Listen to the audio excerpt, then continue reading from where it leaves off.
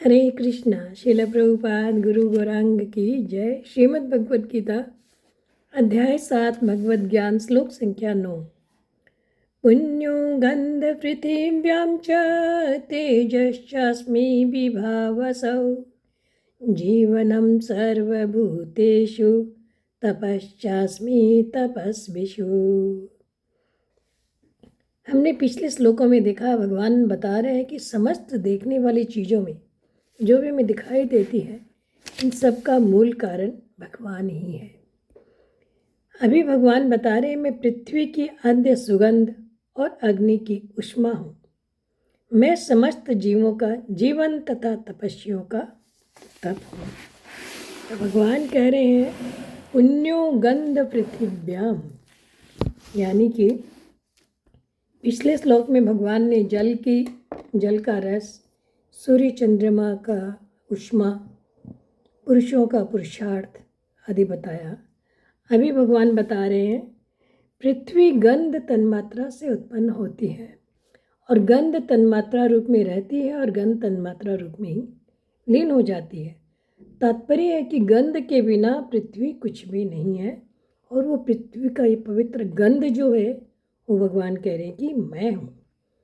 तेजश्चास्मि विभावसौ, तेज रूप, तेज जो अग्नि जो है रूप तन्मात्रा से उत्पन्न होती है, रूप तन्मात्रा में रहती है और रूप तन्मात्रा में ही विलीन हो जाती है।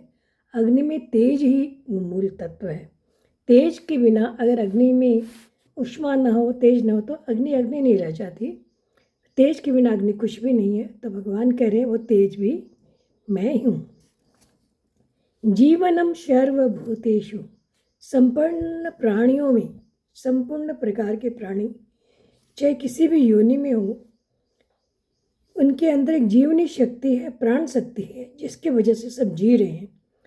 उस प्राण शक्ति से ही वे प्राणी कहलाते हैं, और प्राण शक्ति के बिना उनमें प्राणीपना कुछ भी नहीं है, जीवनपना नहीं है।